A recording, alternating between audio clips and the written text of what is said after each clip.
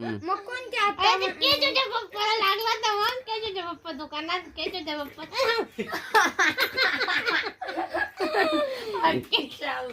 काय काय झालं होतं गुनू? केशवच्या पप्पा दोघे नंबर चुकीचे होते का? काय म्हणत होते लोक? दुकानात आहे मम्मीने विचारलं आत्ता कुठे तर त्यांनी बोललं घरी आहे. मम्मीने बोललं रॉंग नंबर लावू द्या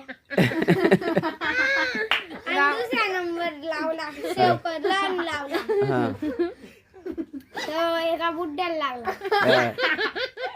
आणि मग तो बुड्डा म्हणे तुम्ही आम्हाला फोन केला मग मी काय बोललो रॉंग नंबर आहे रॉंग नंबर घरी व्यवस्थित बोलायला पाहिजे ना. तो बुड्डा कसा मी करत होता म्हणत होता तुम्ही असं केलं तुम्ही तसं केलं तुम्ही असं केलं पावच भेटले ते दुसरे. तो बुड्डा काही बोलत होता म्हणून ठेवून दिलं दोघी नंबर डिलीट करून दिले मग. आणि तुझा तिसरा नंबर दिला 70 वाला तो कुठे